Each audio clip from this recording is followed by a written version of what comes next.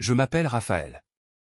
Ma dernière relation m'a fait réaliser que lorsqu'une personne vous traite de « bon à rien » devant ses amis parce que vous refusez une dépense supplémentaire, elle vous montre exactement comment elle vous a perçu depuis le début, comme un simple distributeur de billets plutôt que comme un partenaire.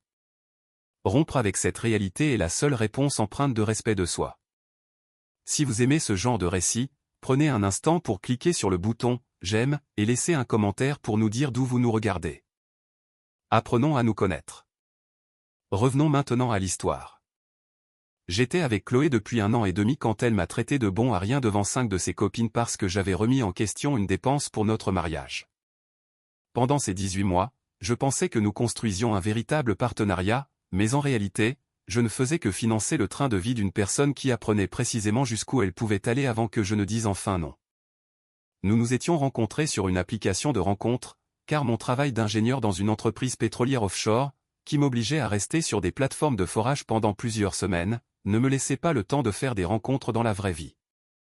Le travail était exigeant et isolant, mais très bien rémunéré. J'avais plus d'argent que je ne savais quoi en faire en tant que célibataire vivant modestement.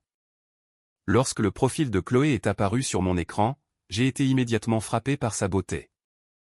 Je ne vais pas vous mentir, elle avait un physique de mannequin. Et je savais d'emblée qu'elle était le genre de femme qui reçoit une attention constante. Certaines de ses photos professionnelles semblaient presque trop belles pour être réelles. J'ai balayé vers la droite sans vraiment m'attendre à un « match », car les femmes qui ressemblaient à Chloé ne correspondaient pas d'habitude à des types comme moi, bien que je me considère comme quelqu'un de présentable. Pourtant, nous avons matché. Et quand nous avons commencé à discuter, elle semblait étonnamment terre à accent grave terre, charmante, pleine d'esprit et chaleureuse, ce qui contrastait avec la beauté intimidante de ses photos. Nous avons fixé un rendez-vous pour ma prochaine permission à terre. Nous nous sommes retrouvés dans un bon restaurant à Bordeaux. Elle était encore plus belle en personne, ce qui semblait impossible mais était pourtant vrai. Le rendez-vous s'est très bien passé, avec une conversation fluide qui prouvait notre complicité. Elle riait à mes blagues, semblait sincèrement intéressée par mon travail et posait des questions pertinentes sur ma vie. À la fin de la soirée, elle m'a remercié pour le dîner, que j'avais payé sans sourciller, et m'a dit qu'elle adorerait me revoir. Nous avons eu plusieurs autres rendez-vous au cours des semaines suivantes. Chaque moment semblait parfait, comme si j'avais trouvé quelqu'un de spécial qui se trouvait aussi être d'une beauté stupéfiante. Mon emploi du temps signifiait que j'étais offshore pendant 3 semaines, puis à terre pendant 2 semaines. La distance et la séparation auraient pu briser le couple, mais nous avons fait en sorte que cela fonctionne grâce à une communication constante pendant mes absences. Je compensais mon absence en rendant le temps passé ensemble mémorable. J'emmenais Chloé dans des restaurants gastronomiques, dans des hôtels de charme pour des week-ends, à des spectacles ou des événements dont elle parlait. Je lui achetais des cadeaux attentionnés, des bijoux desquels admirait quelque chose, ou des sacs de créateurs qu'elle postait sur les réseaux sociaux. J'ai même remplacé son téléphone quand il a commencé à vieillir. Rien de ce qu'elle demandait explicitement, mais des choses que je remarquais et que je pouvais facilement lui offrir. Elle semblait toujours apprécier en me remerciant avec enthousiasme. Parfois, elle postait des photos de mes cadeaux en ligne avec des légendes sur la chance qu'elle avait. Elle était affectueuse et attentive quand j'étais là. Je ne réalisais pas que je créais un dangereux précédent, en lui apprenant que je lui offrirais tout ce qu'elle voulait sans qu'elle ait besoin d'apporter quoi que ce soit d'autre que sa présence et son affection. Elle s'est habituée à être une priorité, à voir ses désirs satisfaits immédiatement et à ce que chaque besoin exprimé soit comblé. De mon côté, je me suis habitué à céder, à la rendre heureuse par ma générosité financière et à mesurer ma valeur en tant que partenaire par ce que je pouvais fournir matériellement. La relation a progressé sans conflit majeur. Nous n'avons jamais eu de dispute sérieuse. Elle semblait toujours heureuse quand j'étais là. Les semaines de séparation étaient difficiles, mais les retrouvailles en valaient la peine. Après environ 15 mois, j'ai commencé à penser au mariage. Chloé semblait être la personne avec qui je pouvais bâtir un avenir. Nous étions compatibles, elle comprenait mon travail exigeant et semblait valoriser ce que nous avions. Vers le 18e mois, j'ai fait ma demande après avoir acheté une bague de fiançailles qui coûtait plus cher que la voiture de la plupart des gens. J'ai organisé une demande élaborée dans son restaurant préféré, avec des pétales de rose et un photographe pour capturer le moment. Chloé a dit oui immédiatement, a appelé ses amis à table pour partager la nouvelle et a posté des photos de la bague en ligne en quelques minutes. Tout le monde nous a félicités, nous qualifiant de beau couple, et s'est réjoui de notre mariage. Nous avons décidé de nous marier rapidement, dans les 3 mois. J'avais des économies importantes et je pouvais payer le mariage qu'elle voulait. Elle était impatiente de commencer les préparatifs. Nous ne voyions aucune raison d'attendre des années. À cause de mon travail, j'étais offshore pendant la majeure partie de cette période. Nous avons convenu que Chloé gérerait l'essentiel de l'organisation. Elle planifierait tout, prendrait les décisions sur les prestataires et coordonnerait les détails. Je faisais entièrement confiance à son jugement. Je pensais qu'elle organiserait quelque chose de beau mais raisonnable, qu'elle comprenait que ma situation financière était bonne mais pas illimitée, et qu'elle ferait attention aux dépenses issues de mon travail.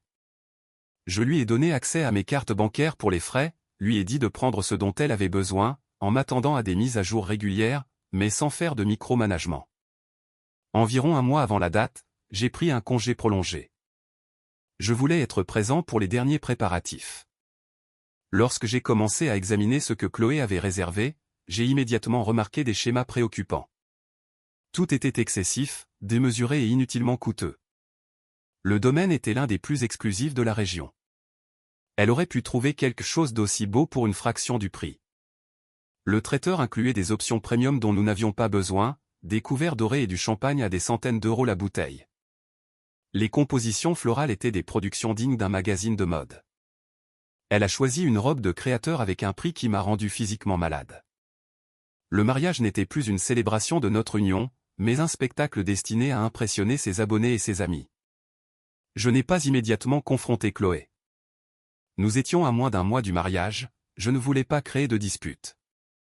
J'ai essayé de maintenir la paix, mais j'ai commencé à m'impliquer davantage. J'ai examiné les contrats, posé des questions sur les choix coûteux et essayé de réorienter vers des options plus raisonnables. Chloé semblait agacée par mon implication soudaine.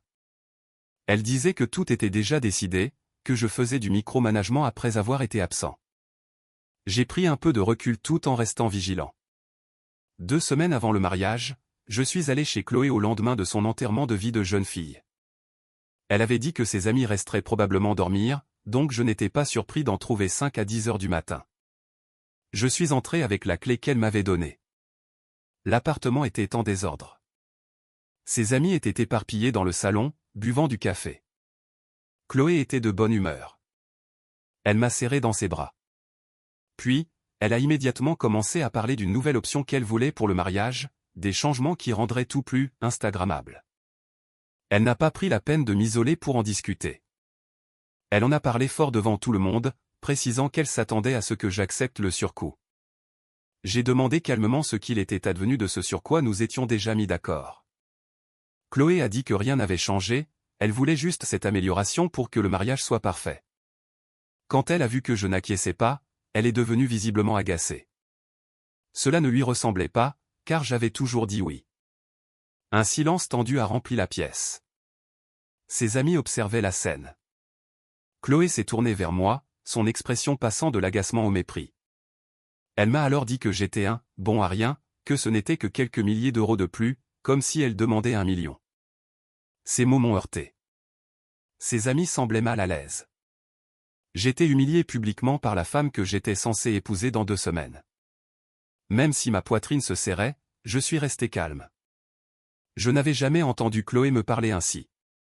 À cet instant, j'ai réalisé comment elle me voyait réellement, non pas comme un partenaire, mais comme une ressource, et que je ne valais rien en dehors de ma capacité à financer ses caprices. Je n'ai pas argumenté.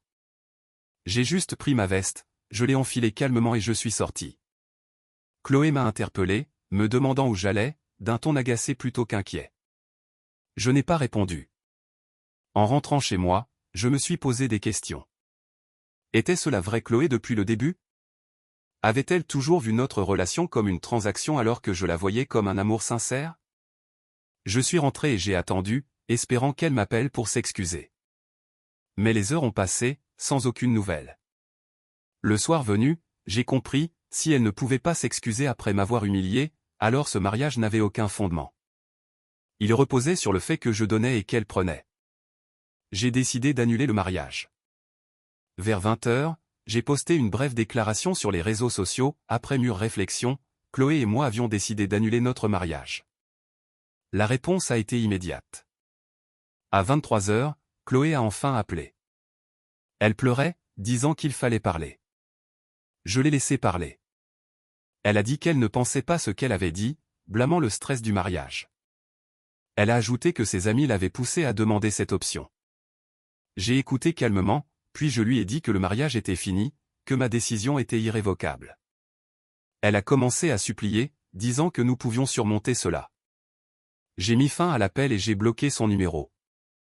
J'ai appris quelques jours plus tard par l'une de ses amies qu'elle lui avait demandé de s'excuser immédiatement ce matin-là, mais Chloé ne l'avait pas fait. Elle n'avait appelé qu'après avoir vu mon annonce publique, après avoir réalisé qu'elle perdait le mariage et tout ce qu'il représentait. Cette information m'a tout dit.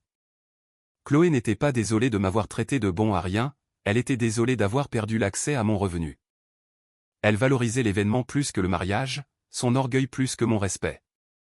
Le manque de remords immédiat a confirmé que notre relation était basée sur des dynamiques fondamentalement malsaines depuis le début. J'ai perdu de l'argent avec les acomptes des prestataires, mais cela valait bien mieux que de passer une vie mariée à quelqu'un qui me traiterait de bon à rien au moindre refus.